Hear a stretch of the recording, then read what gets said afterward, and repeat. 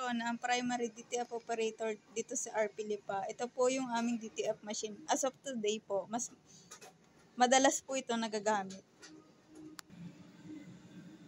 Ito po ang tamang pag-head clean.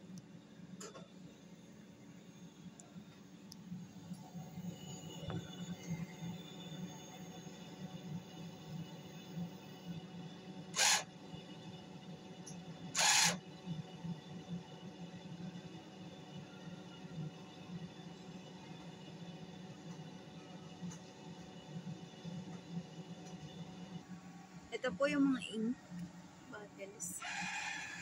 Ito po ang ABR at ang waste tank. Ito po yung mga unused bottles. Ito naman po yung sa aming mga sol. Ito naman po yung sa aming consumable monitoring. Yun lamang po.